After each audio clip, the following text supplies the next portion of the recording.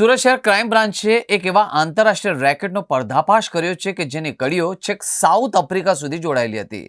સુરતના માર્ગો પરથી ચોરી કે સ્નેચિંગ કરાયેલા મોબાઈલ ફોન વિદેશમાં મોકલીને ત્યાં ઊંચા ભાવે વેચવાનું કૌભાંડ લાંબા સમયથી ચાલી રહ્યું હતું. પોલીસે બાતમીના આધારે હાથ ધરાયેલા ઓપરેશનમાં બે મુખ્ય આરોપીની ધરપકડ કરવામાં આવી છે. આ ટોળકી અત્યંત વ્યવસ્થિત રીતે સ્થાનિક કક્ષાએથી મોબાઈલ મેળવીને તેને આંતરરાષ્ટ્રીય બજારમાં પહોંચાડવાનું મોટું નેટવર્ક ચલાવી હોવાનું તપાસમાં બહાર આવ્યું હતું. આખા નેટવર્કનો મુખ્ય સૂત્રધાર જકવાન સૈયદ છે, જે છેલ્લા 5 વર્ષથી સાઉથ આફ્રિકામાં સ્થાયી છે. તે વિદેશમાં બેસીને સુરતના સ્થાનિક મોબાઈલ ચોરો અને સ્નેચરો સાથે સતત સંપર્ક જાળવી રાખતો હતો.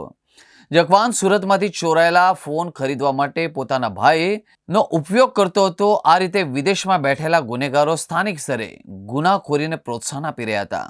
આ માસ્ટર માઇન્ડના આદેશ મુજબ જ સુરતના વિવિધ વિસ્તારોમાંથી કિંમતી મોબાઈલ ફોનની તફડંચી કરીને તેને એકત્રિત કરવામાં આવતા હતા. ક્રાઇમ બ્રાન્ચ દ્વારા અનડિટેક ગુનાઓ શોધવા માટેના પ્રયાસના ભાગરૂપે પોલીસ ઇન્સ્પેક્ટર જૈન ગોસ્વામી નાઓને બાતમી હકીકત મળેલ કે સાઉથ આફ્રિકાની અંદર રહેલ એક જકવાન સૈયદ કરીને માણસ છે, જે સુરતના મોબાઈલ ચોરોના સંપર્કમાં છે અને એના મોબાઈલ ચોરી અને જકવાન સૈયદના જુલકરને ગફાર સૈયદ કરીને એનો ભાઈ જે અહીંયા બેસ્તાન ઊનમાં રહે છે તેની અને શાહિદ અરાફત ઉર્ફે અલ્ફાઝ અબ્દુર રહેમાન શેખ કે જે લિંબાયતમાં રહે છે, જેનું મૂળ વતન ભરૂચ છે, જે બંને મોબાઈલો મેળવી પછી જ્યારે સાઉથ આફ્રિકા કોઈ પેસેન્જર જતું હોય તો એના સાથે એ મોબાઈલો સાઉથ આફ્રિકામાં ડિલિવરી કરાવે છે. એવા અત્યાર સુધીમાં સુરતમાંથી ચોરાયેલા 30 મોબાઈલોની ડિલિવરી થઈ ચૂકેલ છે અને 3 મોબાઈલ સાથે અત્યારે આરોપીઓ બંને પકડાયેલા છે.